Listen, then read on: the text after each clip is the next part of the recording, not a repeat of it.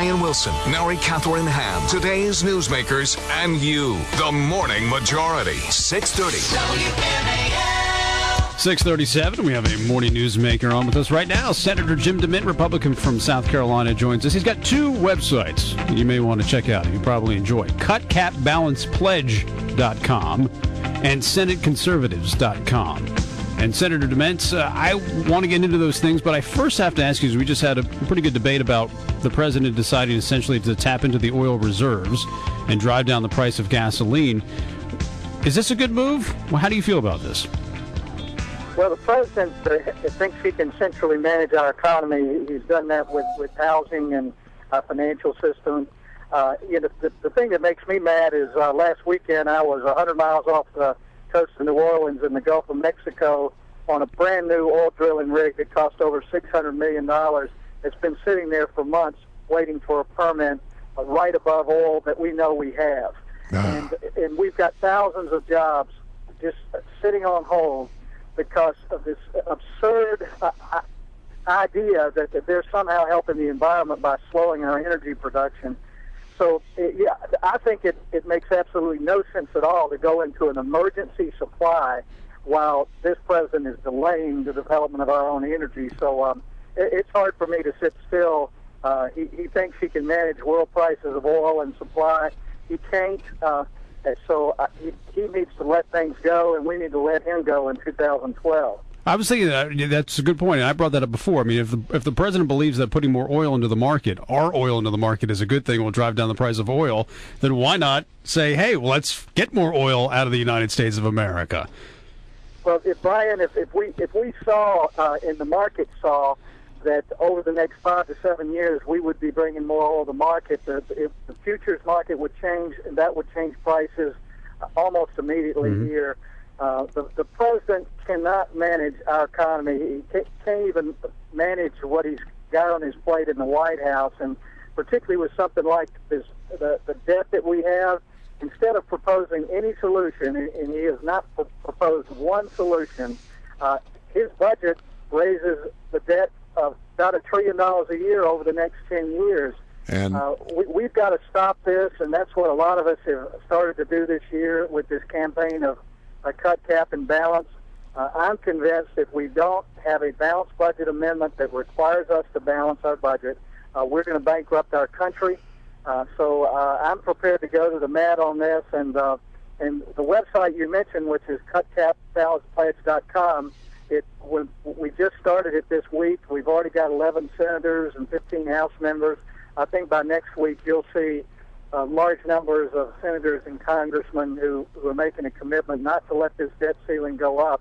Right. Unless we balance the budget. Let me ask you, on that line, there was a big development yesterday on Capitol Hill when John Kyle and Eric Cantor walked out of these debt talks that were being held in conjunction with an effort by Vice President Biden to try to find spending cuts. Now, they apparently got somewhere in the neighborhood of 1.2 to 2 trillion cuts sort of lined out, according to many, many reports.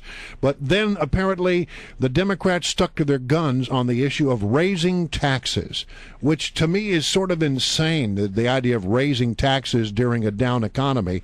It comes on the heels of the majority leader of the Senate, Harry Reid, and Dick Durbin going on record earlier this week as saying what we need is another round of stimulus spending. What's going on up there, and what was going on in those talks? Why did they walk out? Why was it necessary for them to walk out?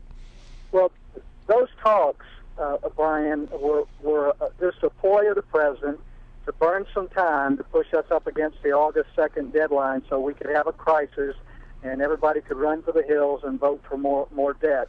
I never believed for a minute that they were serious about cutting spending. This was a way to delay and get the Republicans not to take a public stand. I disagreed with the strategy from the beginning. I and a number of others have been proved right. The Republicans owe it to the American people to go out and say, this is what we stand for, this is what we're going to fight for. And we need to fight for some reasonable cuts this year, a cap on spending in the out years that guide us towards a balanced budget. And we need to end up with a real constitutional amendment. So these guys don't get it. They think government spending is going to improve our economy. They don't really think that the debt is a problem. If they did, I think they'd be trying to address it. But I think we've got a real crisis. So this was gamesmanship, Senator? That's all this was? On the part of the Democrats? All it was. Anyone who looks honestly at how this president and the Democrats have behaved on the CR, we had the same type of working behind the scenes, and then this announcement of a historic agreement, and once we got past the smoke and mirrors, we might have cut $5, but it looks like we actually raised spending this year. Americans are not going to stand for it. Those who elected Republicans have already been disappointed by the way we dealt with the CR a couple of months ago.